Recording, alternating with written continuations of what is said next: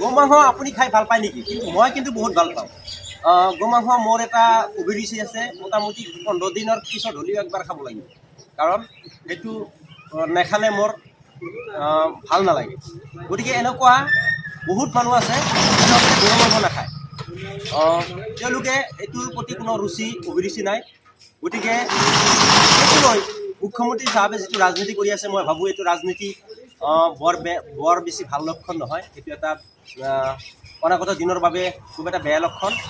গতিকে কোনে কি খায়, কোনে কি খাব, কি নাখাব, সেইটো মুখ্যমন্ত্ৰী চাহাবে ইমান মাথা ঘামাব নালাগে। যোনে যি খাই থাকক। অসমত এই গৰু মাংসটোৱে যে এটা সমস্যা, সেইটো নহয়। অসমত এনেকুৱা বহুতো সমস্যা আছে, যিসমূহ সমস্যাৰ বাবে মুখ্যমন্ত্ৰীয়ে মাত মাতিব লাগে বা সমস্যাবোৰ সমাধান কৰিব লাগে। অসমত নিবনুৱা সমস্যা আছে, বানপানীৰ সমস্যা আছে, গৰাখহনীয়াৰ সমস্যা আছে। অসমত এতিয়া চাওক, বিভিন্ন বনৰীয়া হাতী